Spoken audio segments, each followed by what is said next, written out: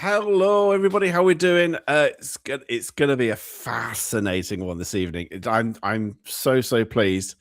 There's so many different things we can go down.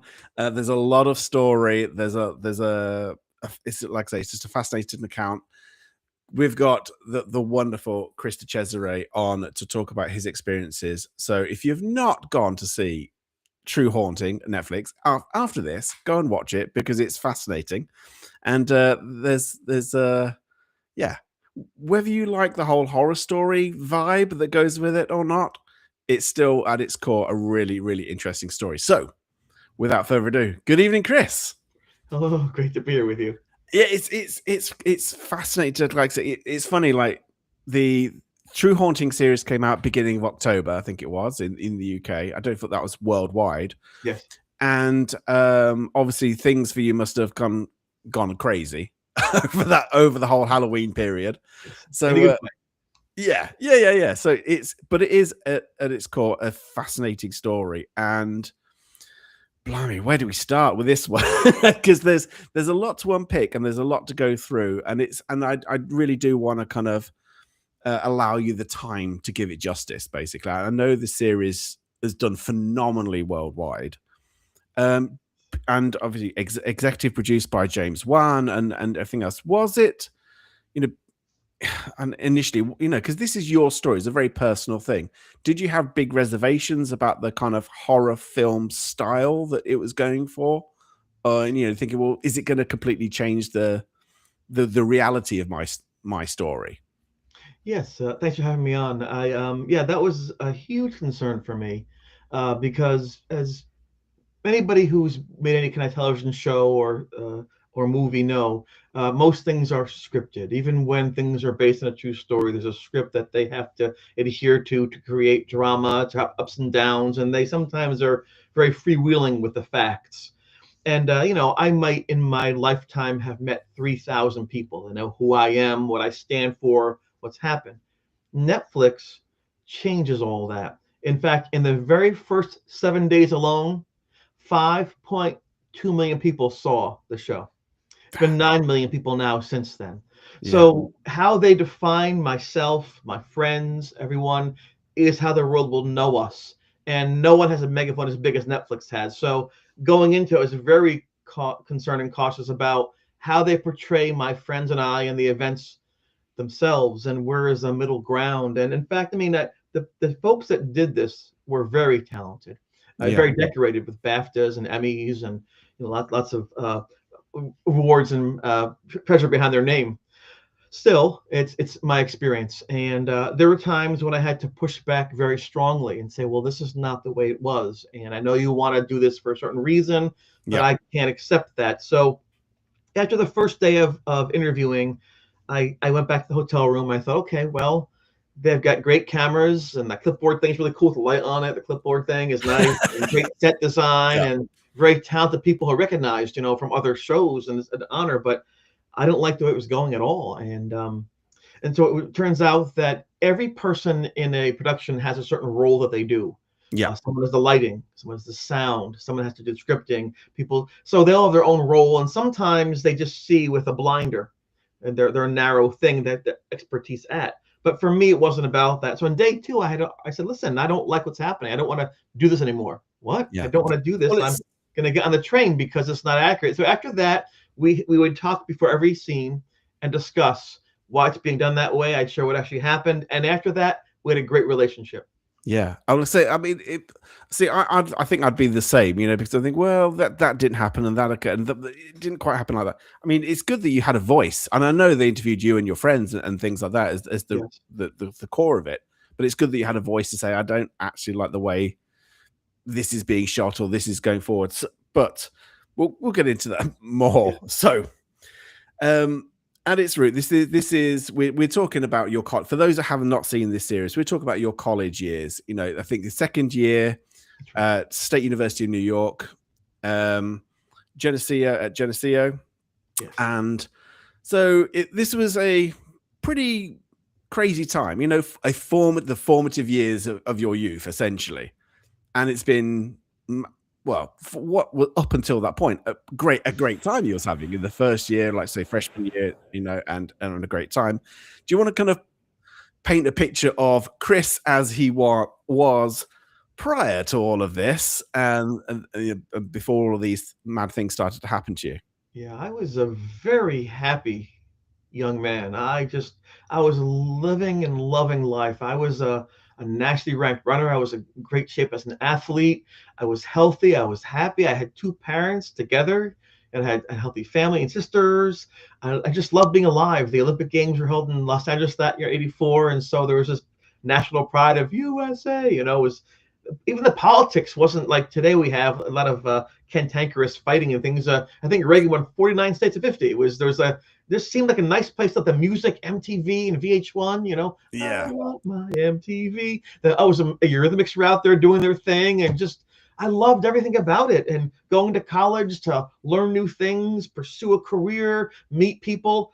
Before the ghost arrived, it was the happiest time of my life. And sometimes it breaks the narrative. Usually in movies they say, it's a loner in the basement, he's angry at life, he's doing Ouija boards and tarot cards, he summons these things for I could care less about ghosts. I loved baseball and ice cream and running and dancing, and I have time of my life.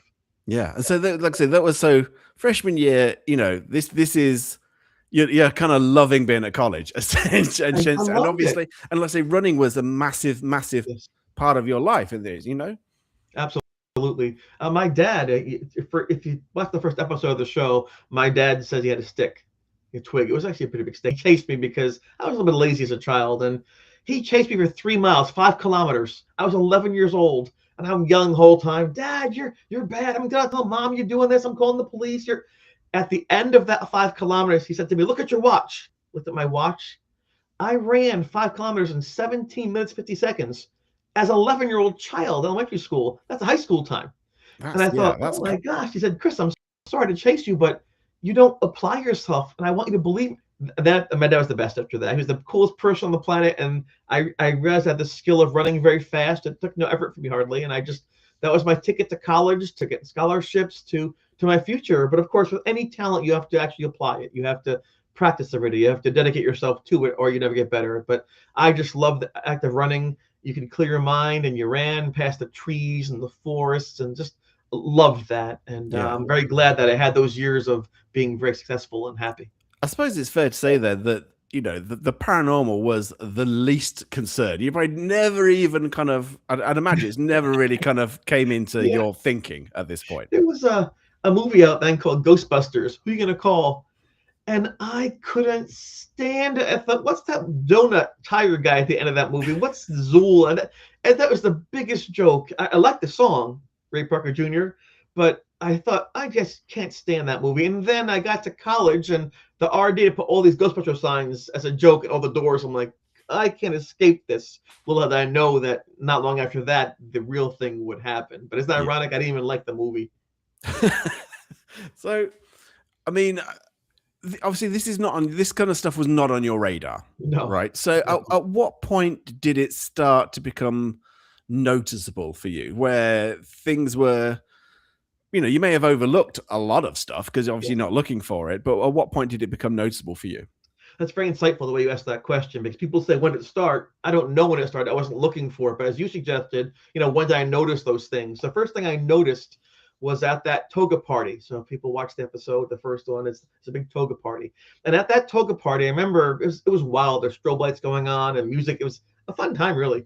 And I remember I looked out the window and I saw this figure standing about 100 meters outside, right at the cusp of the light and darkness, where the light from the windows was casting out. And the person looked very angry, very disheveled, furious at something. And the way they were dressed was so strange. I thought maybe they were some kind of escapee from an asylum. That's how weird they looked. And I remember telling to Jeff, it's like we're dancing on his grave. He was furious. I don't want to go outside to even interact with that person because he seemed so angry. And I mentioned to Jeff, and then thereafter I went upstairs to my room, C2D1. But that's the first thing I noticed. But I didn't know it was paranormal. I just thought it was a strange person out there. Yeah. The first thing I noticed in terms of the paranormal was just a few days later, when I began to hear somebody or something whisper my voice, Chris, in my room. And I heard that while by typing my papers, also with headphones on as well. I could hear their voice inside the headphones, which was very strange. So this is not you being tired or overworked or stressed or anything like that. This is just clear as day whilst you're working. I But wish you, it was. I remember thinking to myself, okay, that's problem solved because by the time I was 19, I had 9 marathons, 40-kilometer marathons I'd run. So to run a marathon, you prepare properly. You have to, your splits on your arms and marker to see your water intake, your carb loading. It's a science to running a fast marathon runner. And I knew about risks and how to handle them. And so if problem happened, you solve the problem. With this, though, I thought, okay, well, maybe there's drugs in my food. That didn't match. There's a gas leak in the room. Nope. Practical joke. Nope. SAD. Nope. Hallucinations. Nope. I kept trying to find a reason other than the paranormal, but after several days, all that was left was the paranormal, which was stunning to me. yeah, and so did it obviously started with these voices, Yes. and usually in these kind of cases it progresses gradually over time, and it might become a little bit more noticeable or audible. Did you before, because you came on to seeing an apparition very regularly actually, but Yes. was there a growth in the amount of activity, or did the activity change in a short period Absolutely. of time? Absolutely. The voice, I believe, was on February 11 or so. The dates are a little messed up in the show, but the following evening was when I first saw the thing, as you see on the show, under the loft, right by the stereo. And I remember screaming like, "Oh my!" And I ran out of the room and I banged on Jeff and Ed's door, saying, "I panicked! I panicked!" And Jeff asked me, "Well, why did you panic?" I said, "Oh, I don't want to say it. I saw a ghost." For me, the idea that I panicked was worse than the ghost because there are crises in life, but a pilot can't panic, a doctor can't panic in surgery, and so the fact that I panicked was more alarming to me than what I saw. Yeah. And so that was my first concern, to get myself under control.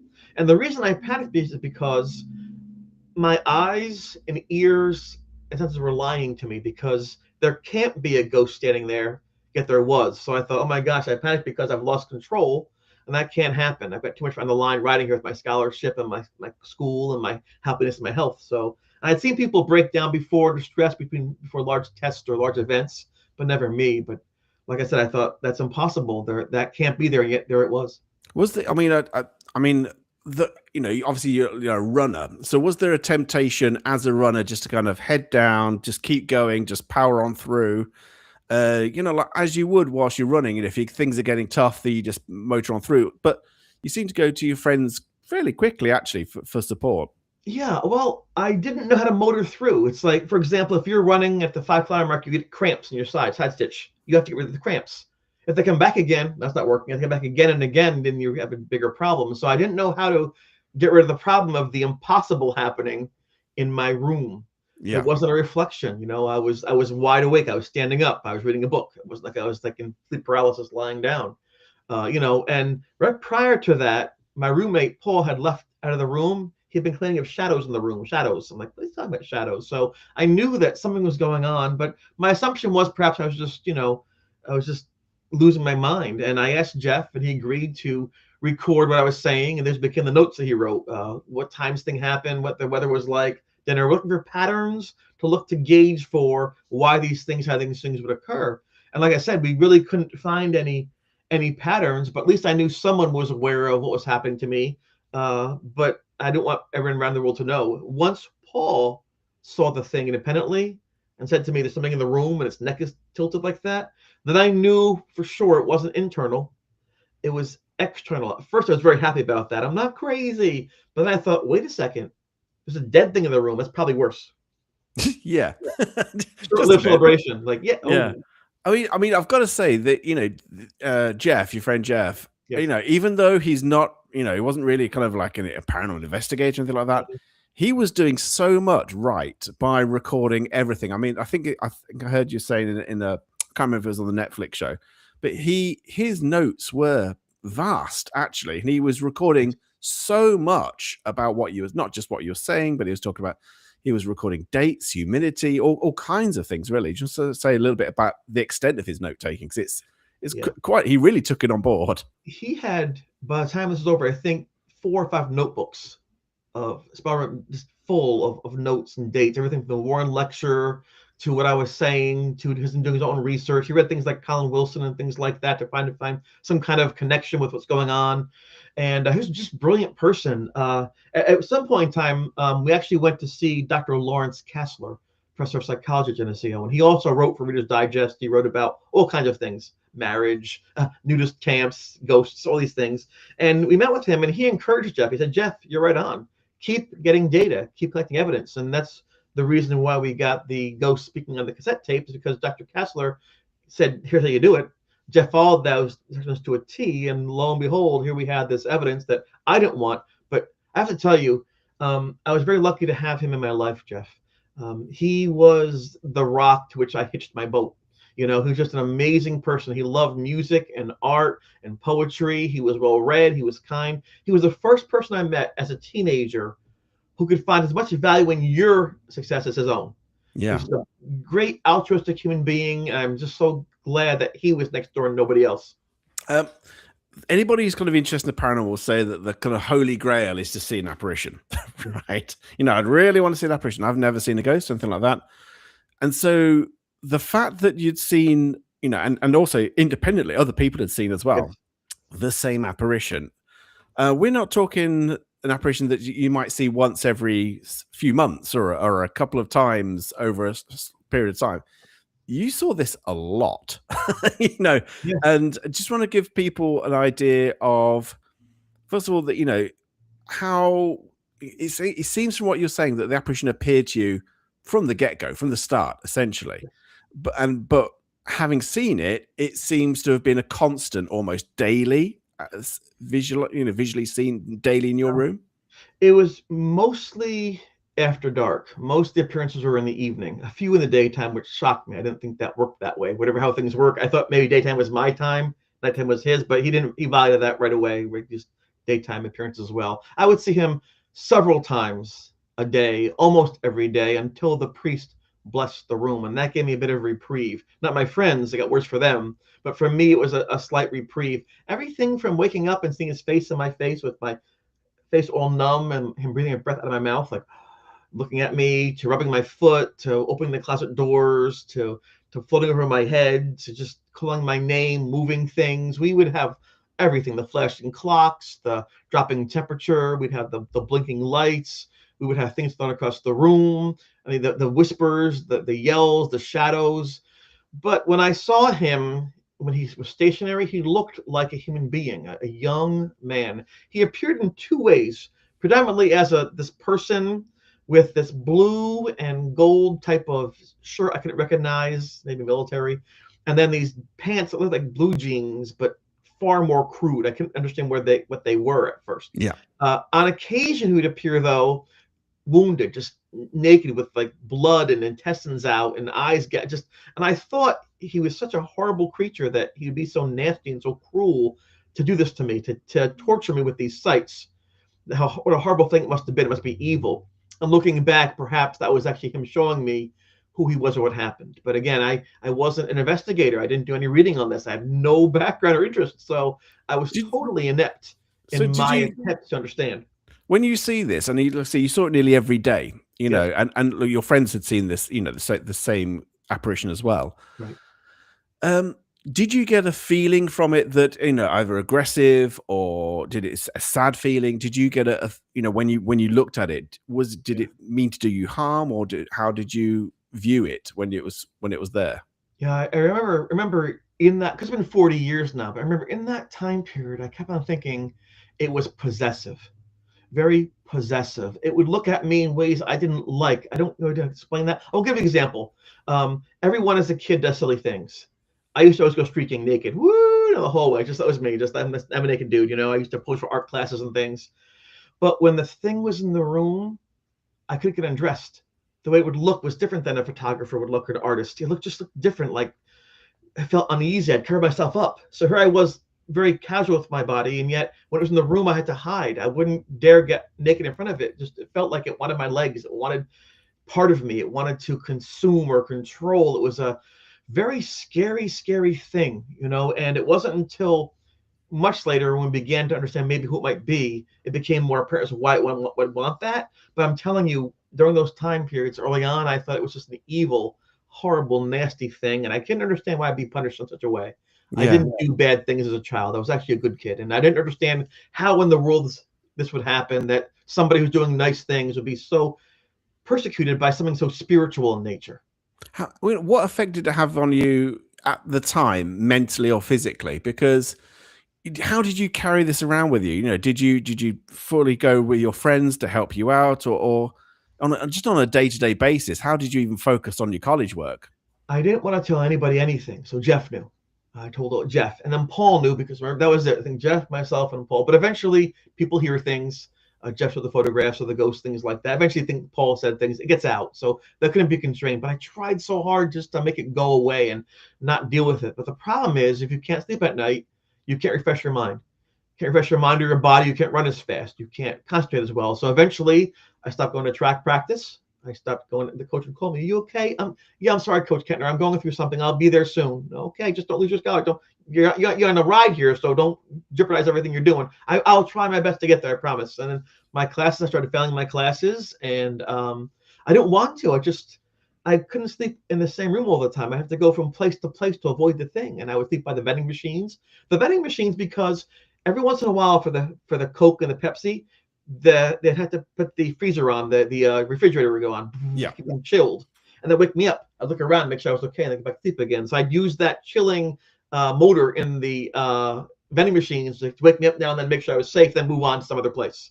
It was really, I was trying to problem solve, as you mentioned, being a marathon runner, but I couldn't always do it. And I go to people's rooms sometimes and find me in there, then they would be exposed to it. So I didn't have answers. I wanted to really go home, but I couldn't, because my grandpa fought in World War II. He got malaria, got blown up in the trenches by the Japanese. He didn't come running home. My uncle got shot in Vietnam twice. He didn't come running home. I can't go running home saying, I'm hearing voices. My grandparents were blue collar people. They mixed paint in factories. They carried boxes in warehouses. I'm going to college. I just couldn't find the strength to just leave. I really felt I had to somehow survive this. And luckily, because of Jeff and Linda, Father Charlie, my father, all these people helped out, Craig, to allow me to stay as long as I did.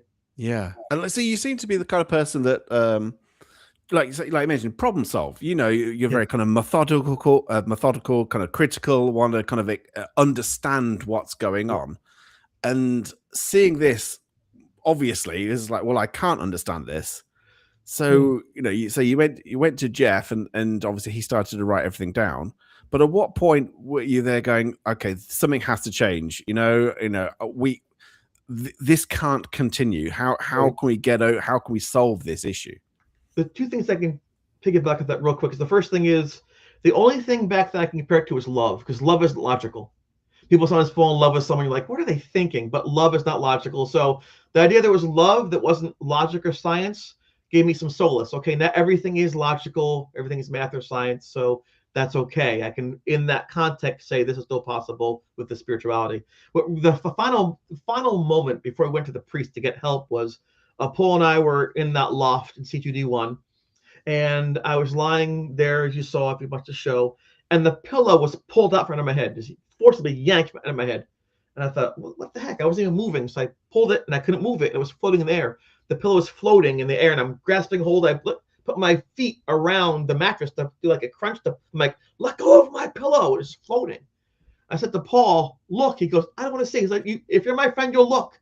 He looked. He said, oh my God. He saw me floating, fighting for the pillow in the midair. I'm like, this is crazy.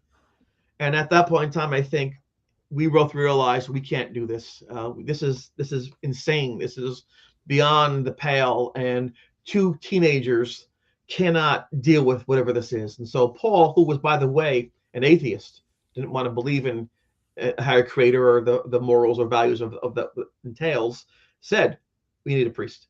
And I think because at the time, all we had was movies like Exorcist, where you'd get the priest to come in. So because of that, Paul and I took Jeff's notes with us up to the church to see if we can maybe get somebody to bless the room or exorcise us, however that word is, right? And get rid of this thing, because we couldn't function. And Paul left right after that anyway. So yeah, I can imagine. I mean, What did I mean? I can just imagine a couple of kids, college kids, going to the priest saying, "Yeah, our room's haunted. With there's this crazy stuff happening. Can you come and bless it?" I mean, you know, I can imagine the church were not like too keen initially, but were they keen? Did they hear you out, or did they just think, "Come on, these are just a couple of kids mucking around"? Paul and I went to the church the next morning at early, 7 o'clock in the morning. The night was so terrifying. As soon as the sun came up, we're like, "Yay!" We got Jeff's notes. He said, "Don't lose them." I said, "We won't lose them." And Paul and I went to the church, and we were turned away. There have been a series of jokes, pranks pulled by people trying to steal the body of the Eucharist minister thing and try to prove it wasn't just bread, and people doing bad things. So they probably assumed we were a prank, but we weren't. But a woman there at the rectory had said there was a priest named Father Charles Manning who had one time mentioned about a ghost. Go see him. And so he was in the college. We went to see Father Charles Manning, and sure enough, he agreed to speak with us, and he read the notes. And the first thing he said was, "You guys doing drugs?" Yeah. And I was so upset because, well, he didn't know who I was, obviously, but he saw in the notes were bizarre things. And he said, "Don't be offended by my question, but what you're saying is so odd. If I want to help you and you're doing drugs or drinking all the time, I can't help you if I don't know what's going on. So let's rule out some things." I'm like, "Okay, all right, fine." And that's how that progressed. And after a series of questions, he then said, "Well, I'm going to go to your room and I'll see if I can find there." And I thought, well, that'd be great. And you mentioned before that you're right. People would love to see an apparition. They would love to interact with something where something's floating in the air. You can just prove it there. But it's kind of like the military. In this country, in the U.S., we had a situation 9/11 back in 2001 where we had buildings fall down, and people losing lives in airplanes that were crashed. And a lot of people I knew wanted to join the military and fight for freedom and fight for democracy and, be strong. But it wasn't like the movies. They got into combat, people are being blown up and kids have bombs on them and there's no communication. So I always tell people, have your dreams and pursue them. But sometimes when you reach your goal, it's not what you think. Having gone through this extreme haunting for month after month, everything people want to have in their life, I can tell you, I didn't enjoy it. Not one No. bit. And let's say I understand that the priest blessed your room. Did he bless other people's rooms as well? Were these happening in other areas, or was just purely focused on your room only? At that time, the only activity we had been aware of, any of us, was around my room. It kept calling my name, Chris, and it was always in my room, in my room. I'd not seen anybody else before, except for that room. He was kind of nervous about blessing the room because it's a spiritual celebration on a public property. It's not really allowed without permission. So Yeah. he came to the dorm to fix my stereo. He told the RDs, and he's pairman, he's going to fix the stereo for me because he read about the stereo in the notes that thing was coming through it. And so I said, "Okay, go up and fix the stereo." And so he got in the building that way. And then we went up to the room, and that's when he did his blessing. I didn't know what that even was. I thought maybe he exercised the room, but he says, "No, exorcism means it's in your body," and it wasn't. So he did a blessing, which he put some oil on my forehead, tip of a cross. He had a book called The Viaticum and Rites of the Anointed. It's a book for people ill, and he said some prayers over me. And then he stopped, started looking around, and I knew at that point in time he was aware of what was happening. I didn't tell him anything, when we got there. He said, "It's very cold in here." I'm like, "It's always cold in here, Father Charlie." And he started to go to a certain corner by the closet where you saw on the show, and he looked around, and he started saying prayers in that area, and he looked kind of concerned. And then after 15, 20 minutes, it got kind of quiet, and it wasn't like you see in the movies with like smoke and slime and screaming. It's just a ceremony. Then he said, "Okay, I think we're good." And I said to him, "Am I going to be okay?" He goes, "Well, yeah." He said, "I did a blessing, and a blessing is his goal is to tell the spirit to find rest some other place so that it can find rest and you can find rest as well, because I believe you." I said, "Well, how do I do this? Why is it happening to me?" He said, "Well, sometimes people have certain gifts. They can draw well, they can sing well, they dance well, they speak well. You seem to have a gift to attract these things."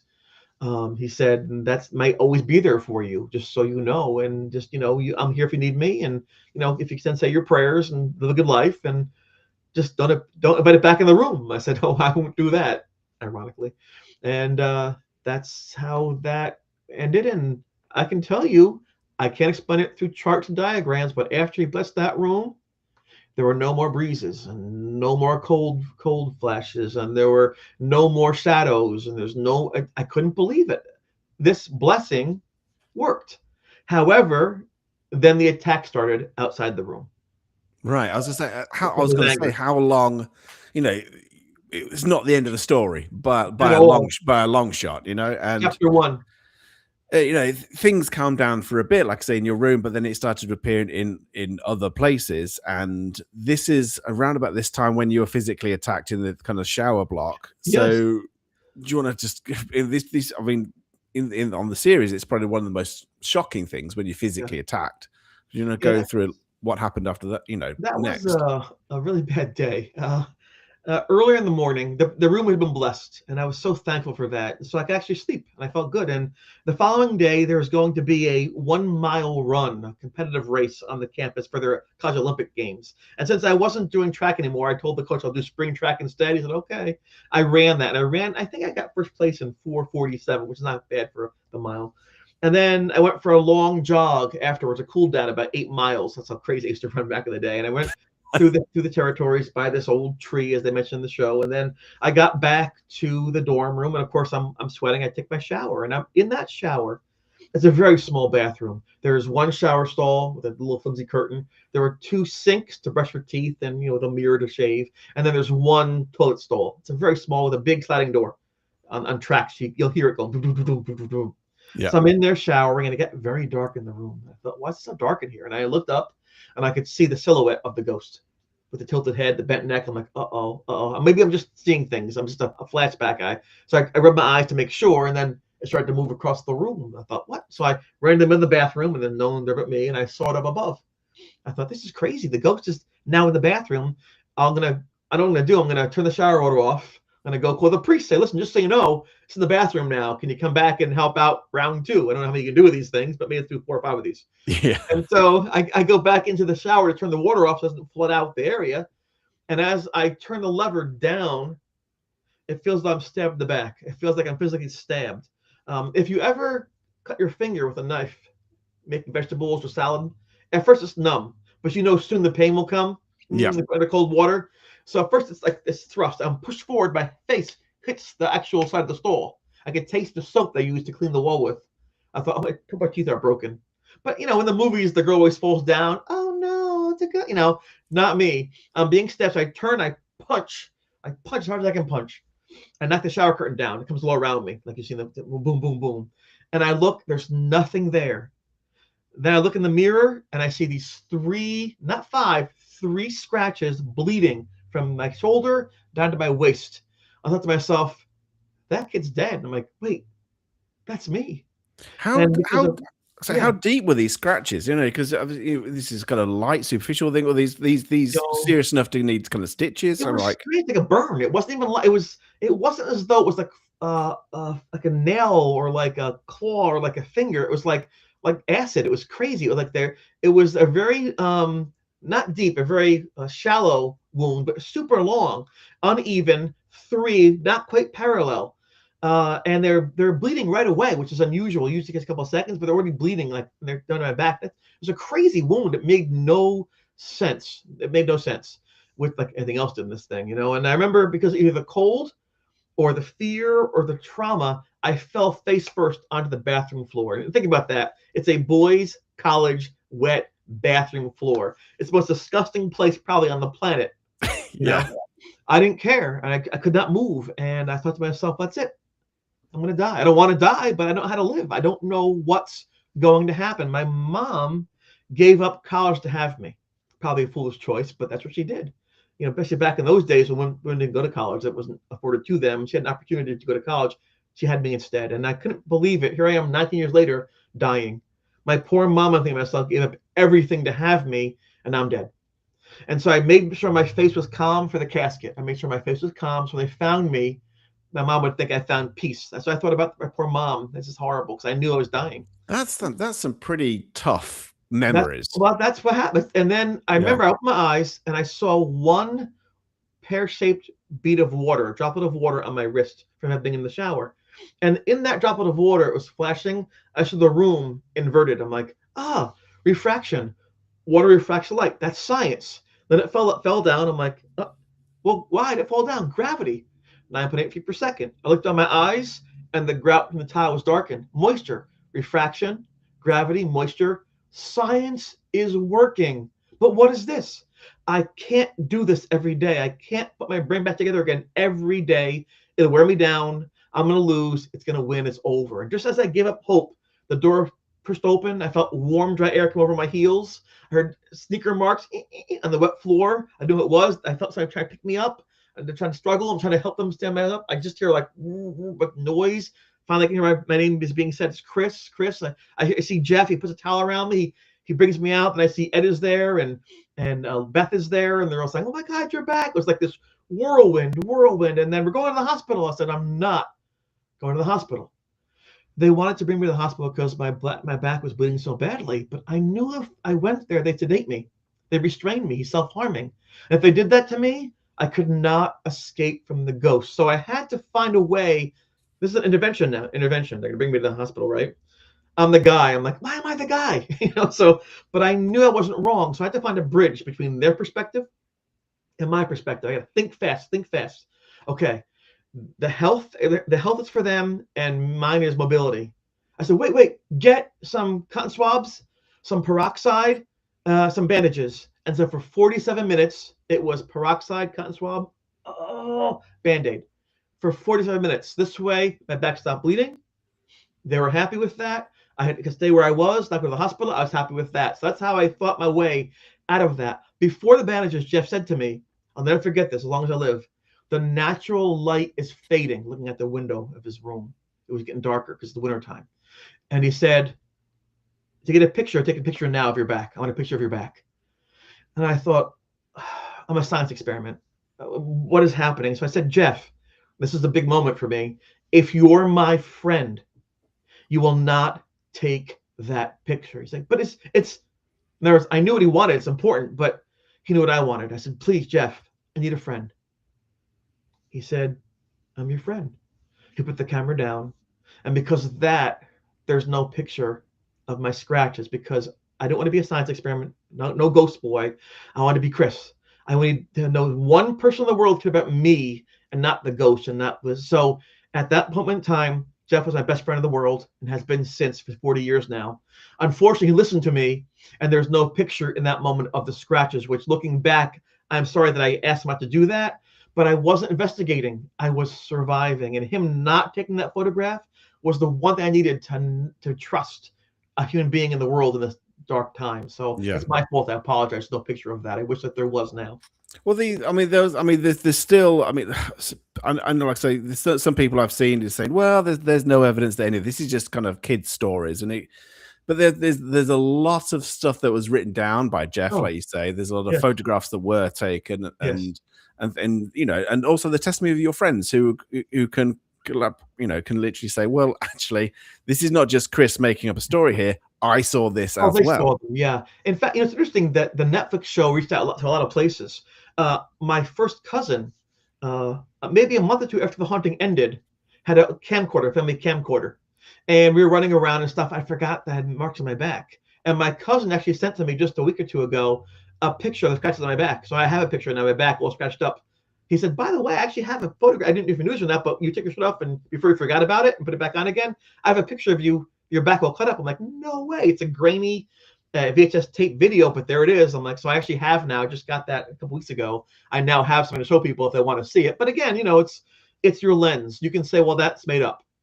They went in the bathroom and put those on his back later on because you can't prove it as a negative. I can't disprove that to you, but I can tell you that they were there for over 6 months. They were there. I had to adjust what I did because of that, because they would itch after a while. They would itch. I couldn't put on like tight shirts because they pulled the bandages off my back. So I had to change how I lived because of the scratches on my back. And then, of course, when in the summertime, you want to go to the beach and have fun. And I'd forget and throw my back. Like, what happened to your back? I'd say, oh, those college girls, they're crazy. I'd lie about it because I wanted to tell them what actually happened. I had to think again. I was constantly trying to think on my feet to navigate these horrible times. And I remember I wasn't very religious, but I went to church sometimes. I'd say, God, you got the wrong person. You picked the wrong guy. It's supposed to be invincible, right? Omniscient. You got the wrong person, but here I am. Obviously, one of the things, there's a lot to kind of, like I said, we've been talking for 40 minutes. And it doesn't feel as though we've covered anything. Basically, there's so much. Like, one of the things which he's talked about is obviously the Ed and Lorraine Warren came to your college, and some people in the chat were going, "Oh no, not Ed and Lorraine Warren," but they did come to your college, and like I said to you, you probably didn't even. Was this before, or after the priest blessing, and in terms of the timeline, when did? Yeah, I didn't know who they were. I didn't follow anything like that. Jeff knew who they were. He'd seen one of the movies and read some books. He was very well read. So he said to me, "Oh, these Ghostbusters are coming to," I think he said demonologists are coming to the college to speak. You want to go? I'm like, no. He showed me the poster. I'm like, no, thank you. I'm going to go out on a date with this girl over here. He says, "Oh, come on. Just you can go there some other time. This here one time only. I want to have someone go with me. It'd be great." I'm like, how much does it cost? He goes, "It's free." I'm like, all right.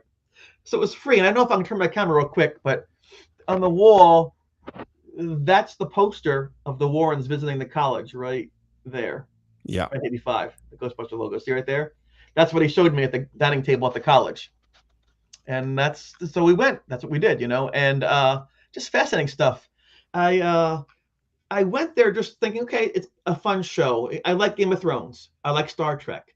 Those aren't real, but they become real in dialogue and conceptually. So I went to be entertained. The price was right. Lorraine was just so glamorous. She really was amazing. I just thought like a movie star from 1940s, like Rita Hayworth. Her back was straight, hair up. She just conducted herself with great esteem. And she said things I didn't agree with. She said things like, well, like attracts like. No, it doesn't. Give me two magnets. Like repels repel. Like poles repel. It doesn't work that way. So what she said I didn't always understand or agree with, but she believed it. She looked at you. She believed it. That's good for entertainment purposes. They had these slides they'd show, these EVPs, they called them, with these voices and sounds. I don't know what they were, but they were interesting. And I have to tell you, I thought that's a good show. It was after the show that things got strange. Jeff had listed a series of questions down, and he wanted to go ask Lorraine and Ed some questions. We waited online to go see them at the steps, and then when I got to the steps, she said, "No, I won't shake your hand." And I thought for sure there's someone behind me she's looking at, but it was me. And then she said, "This is not in the show. I don't want to know my future." And then Ed put his hands on me, and he walked me off the stage, pushed me off the stage. And afterwards, they went on a ghost investigation throughout the campus. They went different halls, and Jeff wanted to go. I said, "I'm not going to go with them. They're mean. They just insulted me. They threw me off the stage. No way."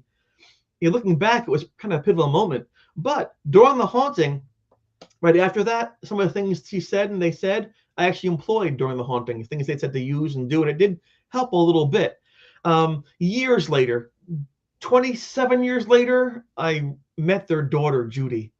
And I was at some show, and she said, are you Chris? You're the ghost boy? I'm like, yeah. She goes, "My mom loves you." I'm like, "No, that's some other Chris. Let me explain what happened when I met your mom." She said, No, I heard about that. It turns out that Judy didn't like the paranormal. It scared her. And her parents would go to college, university, and speak. She would wait in the car and do crossword puzzles and word searches. She didn't like it. But at Geneseo, her mom came back and said, there was some young boy there with blonde hair, young kid. His aura was just so vibrant, so strong. It blocked me. I couldn't read anything. He's like, I thought he may read me, and I couldn't have that happen, So a fascinating young man, very fascinating. I didn't know until 3 decades later that it was actually not out of disrespect. Just I was blocking their show. I was stopping them from performing. I didn't know that. And so knowing that was very nice. And I had a chance to meet Lorraine right before she passed away. But Judy said to me, she has dementia now, and she talks about her chickens mostly, roosters. But you can go see her. I thought, I don't want to go see her like this. I scared her the first time, and I'll scare her again. So I didn't take the opportunity to meet her for fear it might hurt her or alarm her. I respect the fact that she thought nice of me, and I have those two bookends from Spain, from Ed's library there, as a nice token of the positive parts of our relationship. So, it'd be fun to meet her. It'd be cool to check that box. But I think people are important. I'm an educator. I'm a dad. I'm a grandpa. And I don't want to put her in any kind of, disarray or anything. So I opted to do the polite thing and not go. Yeah, well, that's fair enough. Yeah. The one thing that's, and I know I'm kind of fast for going back and forwards on this one, but after the incident in the shower, we physically harmed and hurt. You'd already had a blessing. It didn't seem to work, and so you'd now been physically attacked. other friends of yours have been, attacked as well, and Yes. seen this thing. As a however old you were, 19, 20-year-old kid, Right. where the hell did you turn next? Because if for me, I'd be like, okay, well, the priesthood didn't work. The Warrens have literally kicked me off the stage. Where Yes. did you turn? Where did you find the inner Right. strength from? All the adults, right? All the adults. Where are you, adults? Right? Where are you? I need you now. Yeah, Actually, let me just push back a bit on that. The priest did work. My room was safe. The problem was it began to attack Beth and Linda and Brian and everybody else in the dorm, which brought me to it because it figured, I can't get to you now. However that works, I don't know how that works. But he began to attack my friends. They'd say, Chris, come help me. So by doing that, it was worse for me now because even though the blessing worked by my room, the priest can't come back and bless 8, 10, 12 rooms. It's not functional. yeah, I felt bad about that, so we had to find a different route, if you're saying. And that's when we went to see Dr. Lawrence Kastler, the clinical psychologist, professor of psychology. And he said, well, let's get some more evidence. Let's get some proof of this thing. Let's try to speak with it. Because usually I just threw things and ran, I don't want to really talk to it. And he said, have a conversation. And Jeff we had the big boom box we had back in the day, and we had a tape recorder, and we got some old Maxell and TDK cassette tapes, and we put them in. And we went to the girls' room where Linda was held down in her bed because it was very active there. Once my room was blessed, that's where the ghost tapes were recorded. And we made sure the windows were locked and closed, the closets, everything's turned off. And Jeff marked with a pencil where the chairs were, everything's set up like a science experiment. Then he gave me the key. We locked the door. He put a chair in front of the door. He blocked it with his body. No one gets in and out. I took the key with me, and the girls went down to the next building. Came back half an hour later, opened the door, and then, of course, the closet door is open. The tape recorder's moved. The chairs are moved. Like this, it's freezing cold. We're like, oh no! And every time we got more evidence, people said, "Yay, evidence! It's real!" And every time I thought to myself, "I know this is horrible. Make it end. I didn't want that." And then when we finally heard on that, we ran the tape. We played it back. We heard it talking, like "Help me." Everyone was so happy. Like, my God, you asked to talk to it. It talked in the box, like you said. It speaks our language. It seems like it understands you. It's cooperating. This is a voice of a dead person from whoever knows when, and it's speaking with you. This is amazing. We can find out about the afterlife, who it was, what heaven is like, if there's a heaven, what religion is true religion. This is amazing stuff. I just sat on the floor crying, like, what's the matter with you, Chris? I'm like, it's asking for help, and I can't help it. I literally said, I'm going to help you, and now I can't do it. This is not cool, guys. I can't do this. And so every time we got more cool things, it was worse for me. And I can give you one example for you and your viewers, listeners, how that works. It may seem counterintuitive. If you think the person you love, your spouse, your betrothed, your best buddy, your girlfriend, boyfriend, is cheating on you, having an affair, you can hire someone to follow them around, a detective, private eye, to follow them around. If they come back a week later and say, here's your envelope. What's that? That's your envelope. Of what? Your evidence. What? Yeah, in that envelope, your evidence. So I'm going to open that. I'm going to see the person I love with somebody else. Is it my friend they're with? Is it my bed? Are they happy? I don't know if I actually want to see the evidence, even if it might help me understand the situation. So that's how I felt about every time I saw more photographs or heard more voices or had more notes or more witness accounts, it put me deeper into the emotions of helplessness, of fear, of this endless possession. And it was very difficult, So I was always the person saying, this is terrible, even though for everybody else it was a wonderful thing because it was my responsibility. They kept saying, it's your ghost, Chris. You're the ghost boy. Talk to it. People expected me to be able to solve it like a movie, and it was no movie. And obviously, I'm assuming that this, this period, these photos that were used on the Netflix show, Yes. were these photos taken from that period when you're being asked to try and communicate? This was right before the blessing. This is actually Valentine's Day, and Jeff knew I had spoken to Father Charlie with Paul. He knew that the priest was going to come to visit us to do something with the room. He said, before the priest gets rid of it, let's talk with it. Let's try to find some evidence that exists. So I want you to go in the room and call the ghost. I'm like, what do you mean call the ghost? Like on the telly, He goes, no, don't be. I'm like, I don't know what to do. So he said to put your hands out, to feel for zones of cold. He's go on your knees. I'm like, this is stupid, Jeff. Just like the show says, this is dumb, right? And he said, call the ghost. He said, what do you want to call the ghost? I said, I don't know. I had a parakeet named Tommy. Tommy. But the weird thing was, Paul called it Tommy because of Tommy, Can You Hear Me? Someone else called me Tommy because Tommy Knockers. 3 people called it Tommy separately with different reasons for calling it Tommy. So that Jeff thought that's amazing. How is it that 3 different people for different reasons all call it the same thing? So when we talked about the Thomas Boyd connection down the road, we thought, okay, there it is, Tommy, Tommy, Tommy. But I just thought I was just pulling a name out of my head to make Jeff happy. And then I've had my hands out, and sure enough, the closet door opened up and started shaking and things like that, and the breeze came out. And in that photograph, my left side, my right sleeve is being blown back. See the sleeve being blown back? The cardboard's bending back in the desk. My shirt's pushed in by my chest. There's a force of about 15-mile-an-hour wind in a closed room pushing things through the room. I thought, take the picture, take the picture. That's what that is. Yeah, I mean, it's fascinating. You know, this whole, because like say, look at you there, you're just a young kid, and you're essentially going through this.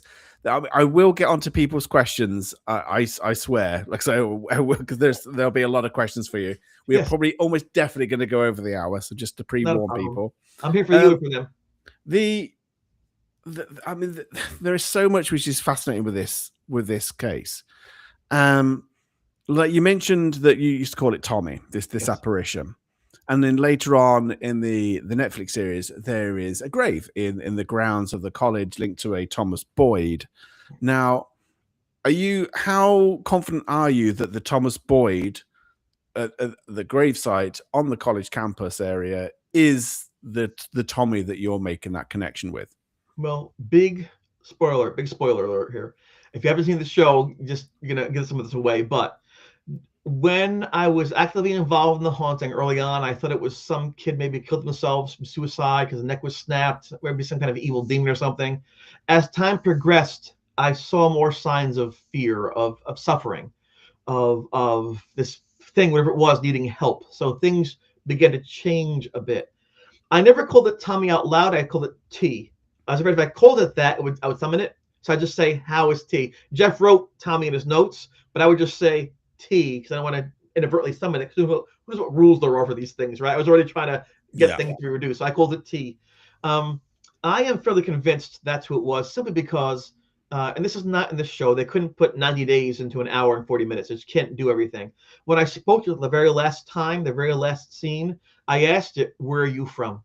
Because Jeff always said to me, when you get brave enough to talk to it, ask questions that are close-ended to get detailed information, not like the weather and things. And I asked, where are you from? He said, Danville. And it turns out that Thomas Boyd was from Danville, Pennsylvania. So that was between the name Tommy and Danville, those two things, with no pre-knowledge, what led us along that path. And the answers of my relatives, that was discovered back in 2000, 28 years later. We didn't know at the time. So they had to compress the timeline. So when you see in the show, my dad and I hit that sign, boom, early on, that actually happened 28 years later. So I left college not knowing who it was. And there's a great link actually between, I mean, and for those that don't realize that, you know, well, actually you can say, you know, what we know of Thomas Boyd and what happened to him, which actually there's a good link there between his, you know, what you saw in his appearance and being, you know, tortured and things like that. And you've also got some theories around your running and linking with why maybe this Thomas Boyd apparition is honed in on you particularly. Yeah. Jeff was brilliant. Jeff said early on, maybe you pick some makeup on your long runs. Jeff was just such a brilliant. He still is brilliant today. He's just a great human being. Thomas Boyd was service listed with the Patriots, the rebels on your side, trying to fight against the British and the King to free the colonies from British control. And many of the Native Americans sided with the British because they wanted to restrain or limit the growth of the colonies out westward to preserve the Native American lands. The Patriots, the pioneers here, wanted to use those lands, and so a lot of altercations happened because of that. Well, Thomas Boyd was part of the scouting party. His Native American scout said, "Don't go that way; you'll be ambushed." And he said, "There's no record of that. No one said that before. I think you're wrong." Sure enough, they were ambushed. There was a big, you know, a scuffle, a fracas. People got shot. Thomas Boyd and a couple of people were captured. He was killed. He was tortured. His tongue was cut out. His intestines were cut out. Just they mutilated him and as an example of what not to do. And that then escalated the whole war, where Washington said, "Listen, burn them all down." And so that moment was pivotal in history in terms of what happened with our nation, in terms of who controlled what and what happened to Native Americans. The interesting thing for me, my perspective, is that my mother's great great great great great uncle and grandfather were the ones who found Thomas Boyd's body. My mom was doing some research again, like 28 years See, later. that's a crazy link in You know, itself, isn't it? yeah, I know. It's just an amazing thing. Last name was Hubley. That's her maiden name. And she worked with a dentist, and she retired, and she was doing some genealogy. And she's like, "That's weird, Chris. One of our relatives fought against the British." Okay, cool. Then a week later, they fought by you up in Geneseo. Oh, that's interesting. They found this guy's body. I'm like, what? And then, of course, Penn State University, Penn State, and a worker there verified all their connections and the historic. So yes, so one of my ancestors was who buried his body. I'd run by the tree he was killed at all the time, not knowing what it was on my long runs. The day of the attack in the shower, I ran by that tree where he was killed, not knowing what it was. Now you can go there after all these years. There's a little marker, and you can see one of my relatives drew a Native American hut. It's on one of the signs there by the torture tree, where they call it. And so we had no idea. I had no clue. And I always warn people, you might think you know what's going on right away. Take your time, because we found out decades later it finally fit piece by piece by piece, the uniform appearance, to the name, to the location, to the relatives, to the tree. It all began to weave together over time with people's testimony is going through. So there are some very good psychics out there, mediums out there, but no one can do everything all at once. We can't, as people, when you get beyond the grave, it's even harder, I think. Yeah, and the other last, I will go on to people's questions. I swear, but just to kind of, I'm trying to kind of wrap it up in a way, but you said you wanted to, confront and speak to this apparition. And when you did, it was the kind of beginning of the end, essentially, because you was able to say, look, essentially, you can't, you've got to go, you've got to be at peace or to leave me. But, do you want to just give people an idea of, the kind of conversation, if you like, that you had that it eventually led to it going? It wasn't a movie. I wish it was. I could have like a cool gun and a girl on my side and have like a cool car, it'd be awesome. It was not like that at all. I don't know what to do. I knew that it kept calling my name. Even after the blessing, after the attack, it kept calling my name, as people always heard it call only my name and no one else's. It was focused on me. So it must have thought, whether true or falsely, that I could help it. And so after people were getting hurt to the point where I thought people would die, I decided I'd have to kind of maybe face this thing. My friend Craig, who's in the documentary, he said, "Go face it. Come on, just do something. You can't just run from this thing." And he was right. And so I decided to face it, and I basically thought of one thing. I can't beat it physically. I can't go through walls. I can't stop it. All I can do is talk to it. It's all I can do.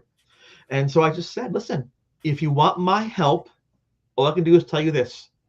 You need to find rest. You can't stay here. So if you want my help, like you've had for month after month, people getting hurt, it's not going to end this way. You've got to go. You got to trust whatever you did can be forgiven, and that someone still loves you. I'm going to count to 10, just like the first night you got to my room. And at that point in time, you have to be gone. That's it. I won't help you again. That's all I can do for you. And I counted to 10. That was it. My eyes, and then no one saw it again. That was it. So I just need to hear that. Apparently, I don't know how that works. That doesn't make a good ending for a story. It's supposed to be some kind of fight or conflict, but that's what happened. And just as quickly as it arrived, it left. And I didn't tell anybody for a couple of days. And then after a few days, people were saying, "I haven't heard the ghost. Where's the ghost?" But no one knew. Jeff saying, "What's happening?" And I said, "Just a couple of days ago, I did this," and that was it. And that's when the legend of the ghost boy began, about how he put the spirit to rest, all these cool things, and but again, it was never me. It was always just trying to survive and navigate. I hated every second of it. If I could go back and have it not happen, have no Netflix show, and none of this would happen. But you can't do that in life. Cancer happens, death happens, accidents happen. And so what I learned was, this is an odd thing to solve for. In life, we all solve for X in our lives. It could be finances, could be emotional stuff, it could be fame, whatever it is. You solve for X in your life. My X is very rare, ghost. People talk about it, that's why. But the same as your X, same as my X. We wonder about things, we worry about things. And I learned a couple things. Go to sleep at night. No matter what, get some sleep. Rest your body, rest your mind. Eat your food. Taste your food, slow it down, enjoy what you had to eat that day. And number 3, don't isolate. There's always somebody out there you can talk to, share things with, to get you through a tough time. So whatever your X to solve for is, take care of yourself first, put yourself in a good spot to address these things, then move forward. Absolutely. Right. A couple of questions from people. I know that Roger's put this one in for a few times. So say Roger's saying, how hard was it to get the producers not to over dramatize the events that you were describing to them? It's impossible. You can't not have them do that because their job is to have a reaction. So for example, at the end of episode 1, that happened where Paul says, Chris, and then the thing goes with the neck. That happened, except there's no sound. So they put the sound in, like they're crunching, like, ooh, to dramatize it. But that actually happened without the sound. So they had little bits and pieces, lighting differences and changes to make sure you feel the moment. But they did an excellent job of putting the viewer into the mindset of those of us who were there. You know, Linda and Craig and Father Troy did a great job with that, and Jeff. And for the most part, except for some date arrangements in one location, it's pretty accurate. I am very thankful for that. And my favorite part is my dad. He's 82 years old. Now forever hear my dad on to telly say, he's something you be proud of. I'm proud of my son. I have that forever and ever. Yeah, that's lovely, actually. And so, talking of your dad, Belfast Craft is saying, your dad staying with you overnight actually really touched me as a parent. When did he actually tell you what he'd felt that night? You know, people criticize him. You just left him there? What kind of dad is that? It's a terrible father. Takes him with a stick. My father worked 3 jobs when I was a young child, to support the family. And my dad raised me to say, I'll give you my name, so I can give you right now. I don't have any money or anything like that, but just keep the name clean. My dad dropped everything he was doing, made the 5-hour trip in 4 hours to see if his son was okay when I called for him. Very lucky to have him in my life. He came that night. He had a baseball bat with him. He had a shotgun with him just in case. He had That's really sweet. He didn't know what was going on. It was yeah. like a hazing. It was drugs. He said, Chris, go to sleep.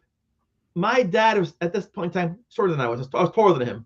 But have my dad be there, who raised me and cut me to count and to learn. And I felt so blessed to have him there. In the morning, he said nothing to me. Let's go for a run. We went for a run. He said, change your room. That was it. He didn't tell me anything. It wasn't until, oh my gosh, 30 years later, he finally said a little bit what happened with the sci-fi show. And then finally, with Netflix, he said, let me tell you what happened. And he said to me about, he felt ill, sick to his stomach at 3 a.m. it was, and he felt uneasy, it wasn't his pain. So I didn't know what he heard until 2023 when we were actually being interviewed for this show. That's crazy. He didn't tell you until so much longer. He knew how horrible it was for me. He saw the pictures. He heard my friends talk about this. He knew about the notes. He knew I survived some. I came home 15, 20 pounds lighter. I lost so much weight, it was gone. He didn't want to make me talk about it to relive the emotional experience of that. So I respect him for that. But when it came time for Netflix, said, you know what? I got your back. I don't want to talk about it, but I will because it was there. I sensed it. I could feel it. I could, it was in your room. It was so cold in your room. I could see my breath. But the heat was on, the window was closed. It was 68 degrees in the room. I saw my breath still. So something was definitely wrong. So I'm very proud of my dad for going against his comfort zone. And I love the man. There's no perfect human being, but he's pretty close. Yeah, that's really lovely. Really lovely. Mike's Mystery is saying, did you have any other experiences at a later date or in later age? Yes, but nothing at all like that. I had one experience about 3 months after. I still had the sort my back for the scratches there, and we went to a place called Virginia, and we went to this old museum where people had met. Margaret Thatcher was there, and Reagan and Helmut Kohl, and had the big meeting of the G7 or 8. It's been a long time. And my mom said, "Let's that photograph by the mantelpiece." And so it's a picture of me, and as he raises her camera, a little instant camera back in the days, 110, I hear a woman scream, "Ah!" and his clock's going boom, boom. I'm like, "What is that?" So in the picture, I'm like, and you can see when it got developed. Back in the day, you had to send them away to be developed. And I got back weeks later. There I am, like looking like this, and there's a woman, like a white mist with her hair like on fire, and there's these clock faces on it.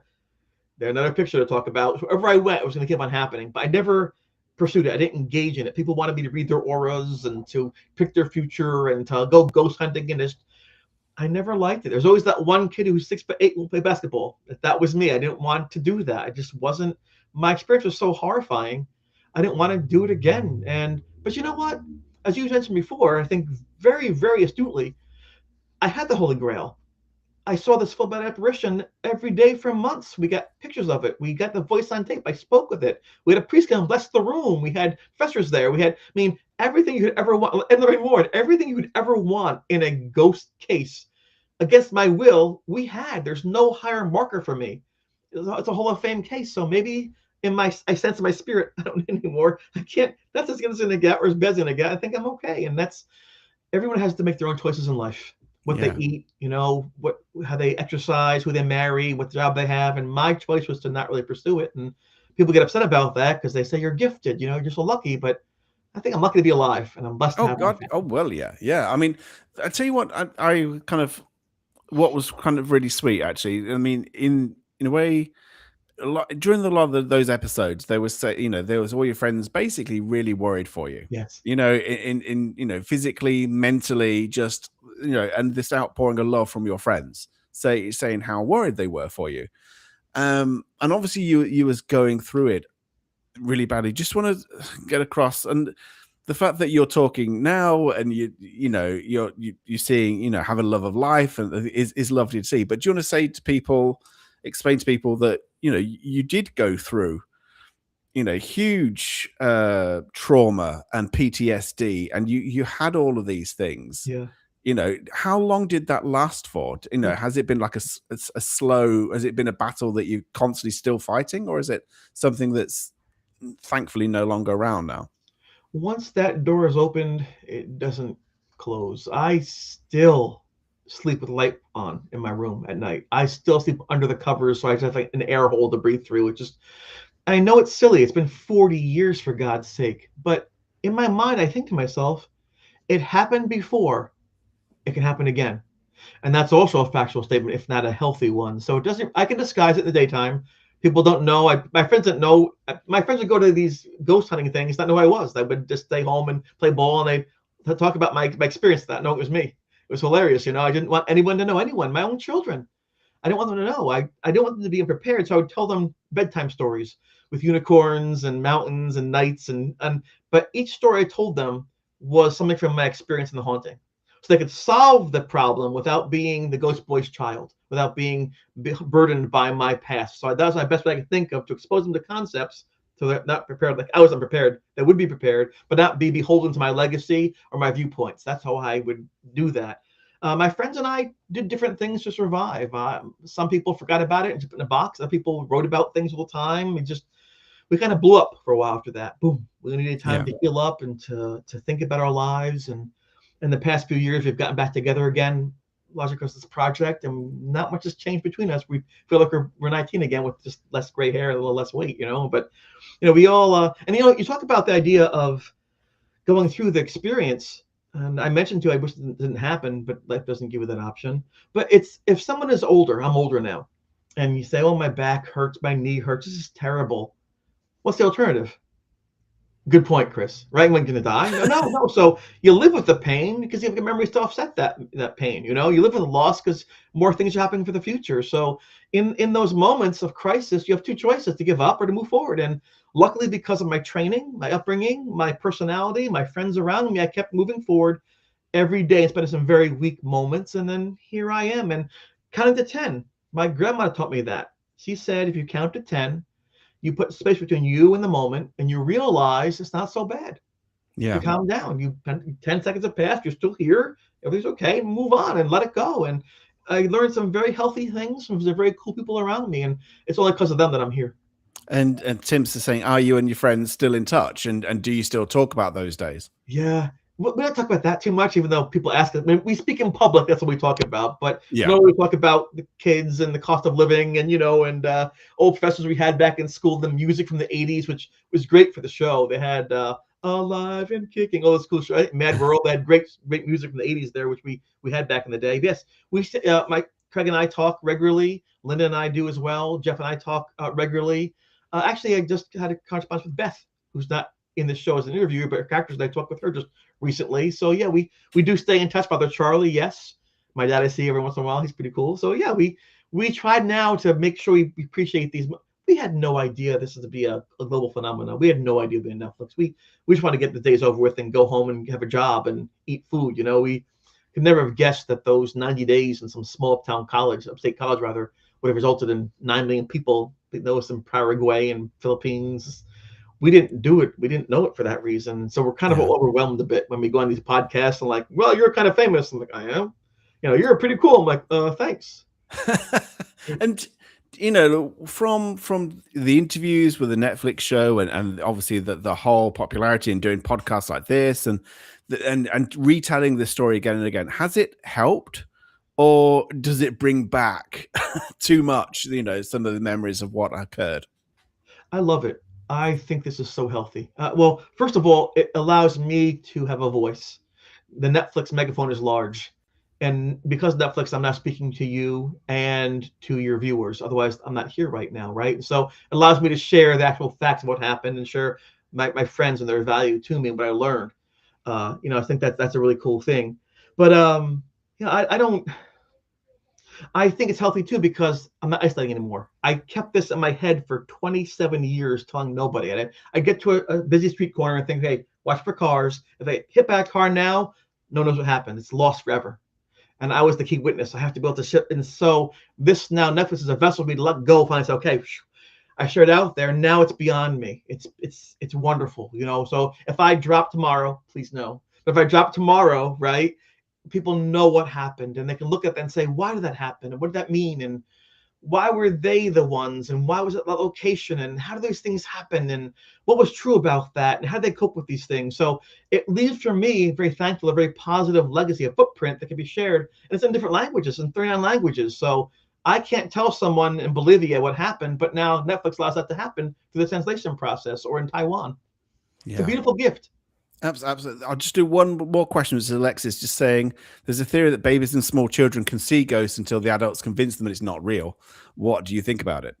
I believe that. I think that's true. My mother told me recently that when I was a kid, I used to see things. I'm like, what? But I never knew that. I used to say, well, Dad is at work. He fell down the steps, ripped his pants.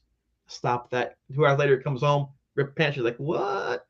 And I used to see people's auras, he said. He has a red aura. So, but see, my mom didn't talk about that because I'd be different. So I guess I had these abilities, but she didn't make me feel as though I was odd or different. Just thought everyone could do those things. So I do believe that. Then your friends make fun of you for the clothes you wear or what you say, and ha ha ha, make fun of your name and say they get very close. Share things that might allow people to ridicule you or question your sanity. So no ghost talk around here. So I do think society lends itself to the pushing in of the individualities, aspects to accept society. I went to a baseball game when I was 11 years old, and it was the Yankees and the Indians. I live in New York for Yankees fans. And the Yankees first baseman hit this home run. Boom. It was an amazing home run. It went so far. I went, yay. People looked at me like, boom. Like, I didn't realize you only root for one team. That's the right team. It wasn't the sport. I'm like, besides, I'm sorry. But they told me that's wrong. I like the guy hit a home run. That was cool to see, but I can't like that because I'm in the wrong place. So I learned early on society has expectations for you. And do you think you've kind of put all of this to rest now? Or I don't know, you said it's always there. You've opened the door and it'll always be there. But do you think now that it's out there, you've done your bit and you can just close the book on this thing? I don't think so. I mean, I'll know it's over when I go, right? When I go, I'll know if I did a good job or not. And so hopefully it ends then. And then I don't know that either. Will I be a ghost? I hope not, but who knows what happens. So I don't know if it ever ends. I think that a good story, like, the myths and the Greek mythology, things like that, the tales of the royals, they live beyond those people themselves, like Robin Hood kind of thing, and King Arthur. They don't go away. And I think that in that way, I think the ghost play will always live in some capacity. Whether it's accurate or not, I don't know what they'll say about me, but I think they'll always remember, whisper me someplace around the world at some point in time. I'm okay with that as long as they know. How does that make you feel? That's pretty cool, though, isn't it? It is. It's not my fault though. It's like, no, it just happened. I didn't. People work so hard to get noticed. They get their black T-shirts, they cross their arms, shave their head, go in different 15 castles. They pay their money. They have YouTube. I didn't want any of this. Just keeps on finding me over and over. So I just accept that's my role. Dust me off, put me out there. I speak and I go back in my little closet again, and that's okay. I'm just happy to be alive. I'm just happy to be here. I'm happy to have found love in my life and have good friends. And think about this. If someone had told me as I'm lying on that bathroom floor, you're going to live. You're going to live and have a career. You're going to help kids out. You're going to get married and have kids and grandkids. You're going to be on TV. You're going to be famous someday. You're going to live through this, my friend. I would cry tears of joy. And guess what? It happened. So there we go. Yeah. Amazing. All the way through this chat, my mods, fantastic moderators, have been posting endless links to the Netflix show, and I think to your books as well. But for anybody who would like to kind of, if they're in upstate New York and they want to see you in person or read your book and things like that, is there, where can they kind of follow you, and where can they kind of, or maybe buy your book and things? I'm bad at self-promotion. I'm bad at this stuff. Okay, so I'm appearing at the Haunted Stanley Hotel in Napanoch, New York, next Monday, the 15th. They have pizza and everything. It'd be kind of cool. And talking about the Netflix show. It gets really colder this time of year now. So in 2026, a lot more things. Right now, it's going to take some of the snow. On Facebook, I'm there on Facebook. If you, I'm on Instagram. I'm on. It's called X now, I think. It was Twitter, right? I'm everywhere. I have a Google account. I'll reach out. I'm even on Reddit. Reddit's kind of rough. Reddit is rough, but I go on Reddit just to have a fun time. It's good. This is my book. It's called The Ghost Boy of Erie Hall. This is me at the toga party. The last picture of me before I show the ghost for the first time. That's it. And so I put that on the cover of my book because it's my last moment of innocence. And that's at Amazon right now. You get that. There you go. Let's put it the right way around so people can see it, because I've had you mirrored. There you go. That's better. It's hardcover, soft cover. It's the Kindle thing they have now. Audiobook comes out in a few weeks. So it's a good read. It's 400 pages. I do my best for it. And all the notes are in there. So that's really detailed, actually. You know, I'm very proud of it. Yeah. That's actually a thick, much thicker book than I was expecting. No wasted space. It's all taken. Not a single spot where you can fill it. I put everything in there. But I want people to be in that experience. And so the people at Netflix used my book as their script, basically, and then adjusted it around. They pulled from it, basically. So that's kind of cool. Yeah. And so once we got on board with how we're presenting things, then we were in lockstep. But again, this is my chance to speak, and I was going to make sure I did it the right way. Absolutely. So many people are saying just thank you so much for sharing your story. Just so many lovely comments. You know, you say thank you, Chris, for talking about this with us. Must have been really difficult times.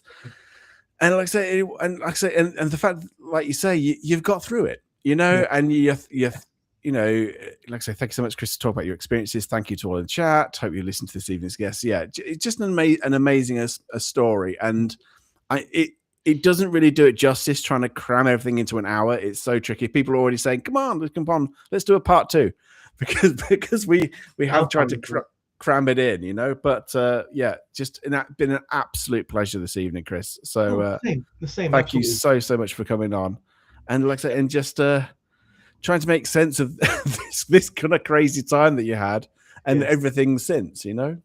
I can sleep later. Right now, I'm living my life. Yeah. Absolutely. Yeah. And just a massive thank you to Chris. And please do check out, if you've not seen True Haunting on Netflix yet, why the hell not? First, watch first 3 episodes. It's all about, you know, Chris's time at Erie Hall. Go off and watch it. You know, if this has stirred your interest, go and see it, because it's a fascinating story. And or even better, you know, buy Chris's book. Or if you're in upstate New York, go on, you know, follow him and see if you can actually meet Chris in person when he's doing these talks next year. Yeah, I stopped biting, which is good. I don't bite anybody anymore. Chris, thank you again so much for coming on. It's been an absolute pleasure. And I hope you enjoy the rest of your day and can take it easy, you know? Thank you much. Thank you so much, Chris. I'll speak to you soon. All right. Okay. All done. Like I say, it's been a bit of a mammoth one. I make no apologies. It's just I think it deserved that bit of extra time this evening. So thank you so much for everybody in the chat for watching. I hope you've enjoyed this evening.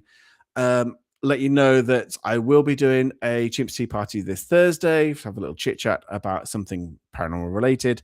And then next Monday, my last guest before Christmas is the wonderful Gwen Akora, the psychic medium, Derek Akora's widow.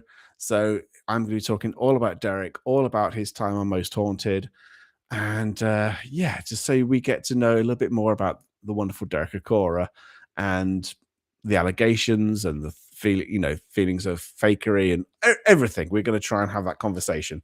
So yeah, that's next Monday, but I will be around on Thursday. Thank you to all the moderators. You've been so busy. Thank you to everybody in the chat for all your comments and questions. And yes, phew, we're done. Right. Thank you, guys. Enjoy the rest of your evening. I shall see you on Thursday. All right. Good night.